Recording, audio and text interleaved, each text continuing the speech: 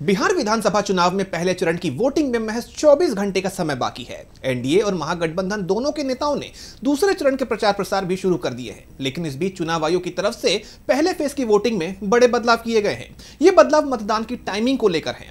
तो क्या है पूरी खबर और क्या बदलाव किया है चुनाव आयोग ने, जानेंगे इस रिपोर्ट में। बिहार विधानसभा चुनाव से पहले चुनाव आयोग ने बड़े बदलाव किए हैं। चुनाव आयोग ने कई मतदान केंद्रों पर वोटिंग की टाइमिंग को 1 घंटे कम कर दिया है, यानी कई सीटों पर सिर्फ शाम 5 बजे तक ही वोटिंग होगी।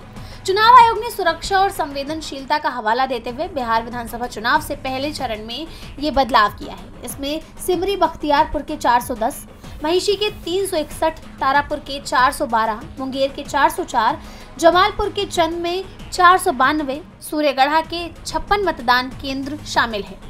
इन विधानसभा क्षेत्र में 2135 मतदान केंद्रों पर सुबह 7 बजे से शाम 5 बजे तक ही मतदान होगा, जबकि बाकी मतदान केंद्रों पर अपने तय समय यानी शाम 6 बजे तक वोटिंग होगी। इस बदलाव के पीछे चुनाव आयोग ने सुरक्षा कारणों का हवाला तो दिया ही है, साथ ही ये भी कहा है कि आयोग ने पहले की कुछ घटनाओं से सबक लेते हुए ये बदलाव किए हैं। इसी के साथ मतदान केंद्रों से लोगों के घरों की दूरी को देखते हुए भी ये फैसला लिया गया है। आयोग ने ये फैसला पहले चरण की वोटिंग से ठीक पहले लिया है।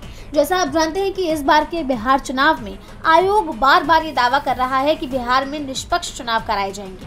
इससे पहले आयोग ने बिहार में हिंसा मुक्त चुनाव कराने का दावा भी किया था, लेकिन ऐसा होता नहीं दिखा। वहीं अब देखने वाली बात यह है कि क्या आयोग कितनी निष्पक्षता से यह चुनाव कर पाता है और जिन सुरक्षा कारणों का हवाला देते हुए वोटिंग की टाइमिंग में बदलाव किए हैं उस पर कितना असर पड़ता है। डीबी लाइव की रिपोर्ट।